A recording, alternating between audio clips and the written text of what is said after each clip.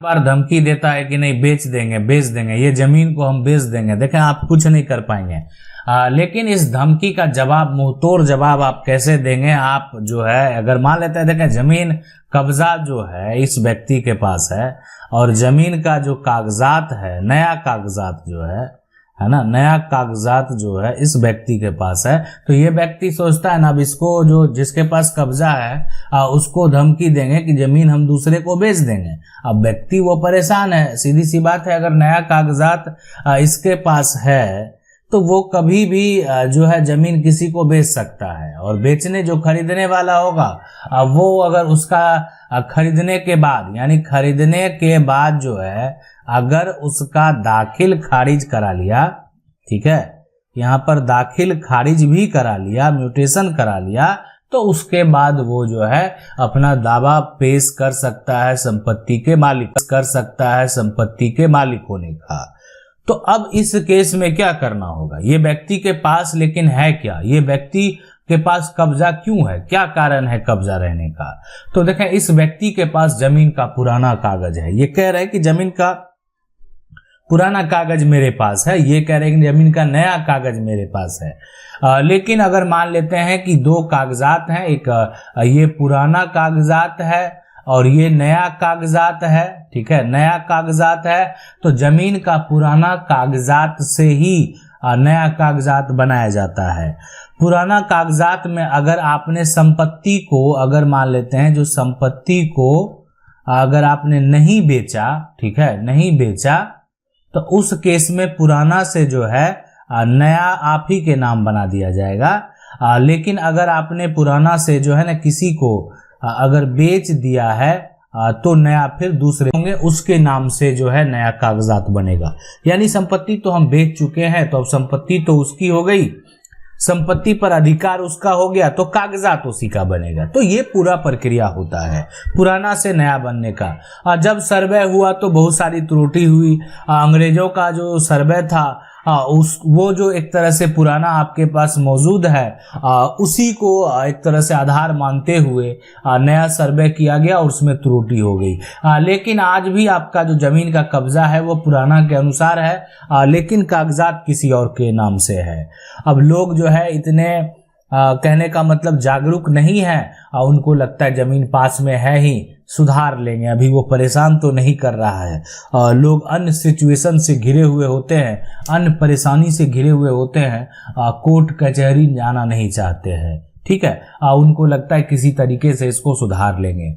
ठीक है, जिस समय ये व्यक्ति के पिता थे उस समय किसी प्रकार का कोई विवाद नहीं उत्पन्न हुआ, लेकिन इस आदमी के आ जाने से जो है विवाद खड़ा हो गया, इसलिए कि बार बार ये आदमी आकर हमेशा धमकी देता है कि हम जो जमीन है वो बेच देंगे, नहीं तो आपको अगर जमीन हमसे लेना है, मतलब जो जमीन का जिसके पास पुराना कागज है वही कह रहा है कि जमीन जो है हमसे लेना है तो हमसे लिखवा लें पैसा देकर।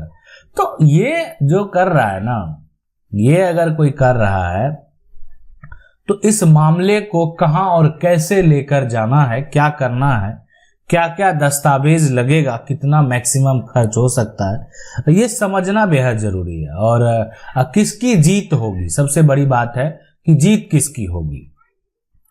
देखें जब हम बात करते हैं कोर्ट के फैसले की, कोर्ट की जीत की, तो फैसला तो देखें ये एक तरह से काल्पनिक बातें हैं, वास्तविक तो है नहीं।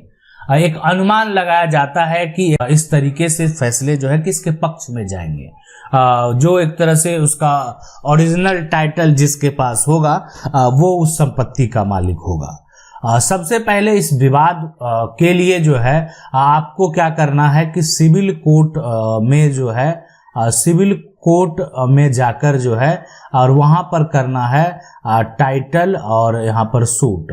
अब ये टाइटल सूट करे इस व्यक्ति के द्वारा किया जाएगा और इनको जो कागजात है वो रखना होगा। वो कागजात है जो जमीन है, जमीन का जो पुराना एक तरह से खतियान है, ठीक है, और वो रखना होगा। और दूसरा जो नया खतियान है वो भी रखना होगा।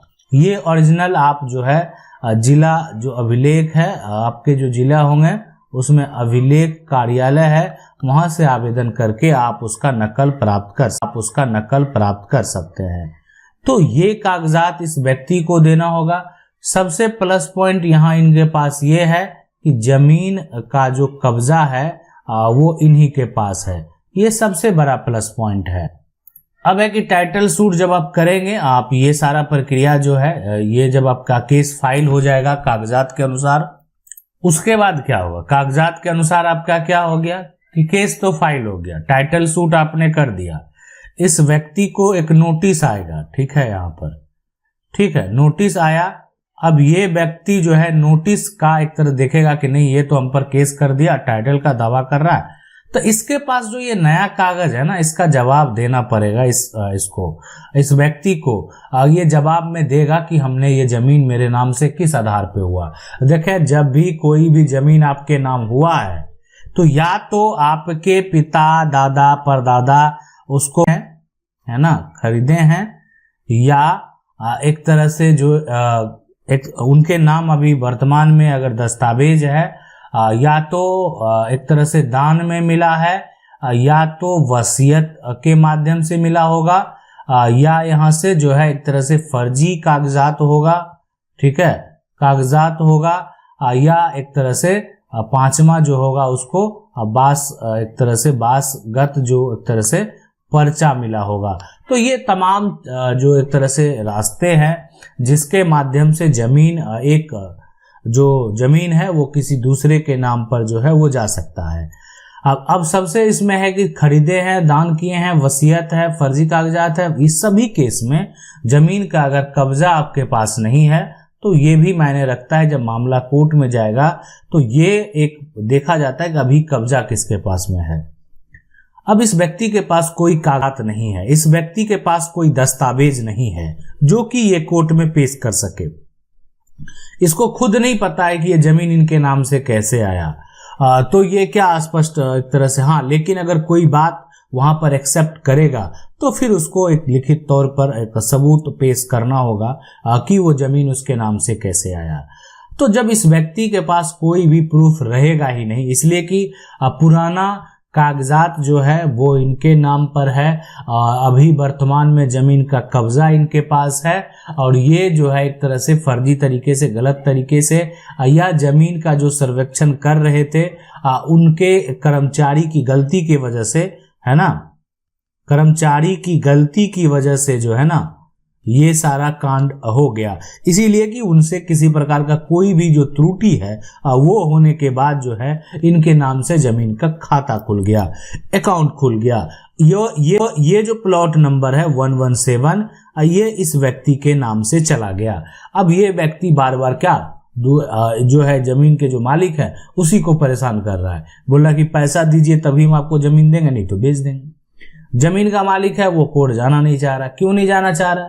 हाँ, तब जा रहा जब देख रहा है कि नहीं अब कोई चारा नहीं है, अब कोई उपाय नहीं है, ठीक है, तो उस केस में जमीन के मालिक कोर्ट जा रहे हैं। मतलब अभी तक में ऐसे बहुत सारे लोग हैं, बहुत सारे लोगों के द्वारा तो केस लड़ा गया, उसका जो सुधार है वो कराया गया, लेकिन बहुत सारे लोग आज भी उसको पेंडिंग में रखे हुए हैं और इंतजार कर रहे हैं। तो इंतजार कर रहे हैं किसका, कि ठीक है इसको देखेंगे किसी तरह से, इस मामला का जो एक तरह से जो मामला है उसका हल निकालने का प्रयास करेंगे, और उस प्रयास में है। और ये विवाद जो है सबसे बड़ा विवाद तब उत्पन्न ले लेता है जब इस प्रकार की जमीन की बिक्री हो जाती है और जो इसका ओरिजिनल मालिक है, जिसके पास पुराना दस्तावेज है, पुराना कागजात है, जिसके पास ओरिजिनल संपत्ति का टाइटल है, और वो संपत्ति से जब बेदखल हो जाता है तब अपना दावा पेश करने के लिए कोर्ट जाता है। तो ये पूरा प्रक्रिया होता है। जमीन संपत्ति पर अगर जो है एक तरह से किसी कारणवश गलती से दूसरे के नाम से अगर कागजात तैयार कर दिया गया है तो इसमें जो कागजात, जो केस आखिरकार फाइल किया जाता है वो उस व्यक्ति के ऊपर फाइल किया जाता है जो व्यक्ति के नाम से वर्तमान में जमीन है। बहुत सारे लोगों का जो जमीन है राज्य सरकार के नाम से हो गया है, तो वहां पर जो है जो केस फाइल किया जाता है वो राज्य सरकार के ऊपर किया जाता है, और राज्य सरकार के जो भी अधिकारी होते हैं, ठीक है, अभी तो ये व्यक्ति जवाब देगा, लेकिन इसके जगह पर कौन आ जाएगा, इसके जगह पर अब ये नहीं है। अगर सरकारी जमीन बन गया आपका कोई निजी जमीन, तो आपका केस जो होगा वो राज्य सरकार के ऊपर होगा, और राज्य सरकार के जो अधिकारी है वो इस बात का जवाब देंगे कि उनके नाम से ये जमीन, राज्य सरकार के नाम से ये जमीन कैसे हो गया, या राज्य सरकार के द्वारा इस पर किसी प्रकार का कोई भवन निर्माण या कोई किसी प्रकार का कोई कंस्ट्रक्शन किस आधार पे कर रही है। आशा करता है वीडियो अच्छा लगा होगा। वीडियो को लाइक जरूर कर दें। चैनल को पहली बार देख रहे हैं, सब्सक्राइब करके जो बेल आइकन है उसको जरूर दबा लें। मिलते हैं अगले वीडियो में, तब तक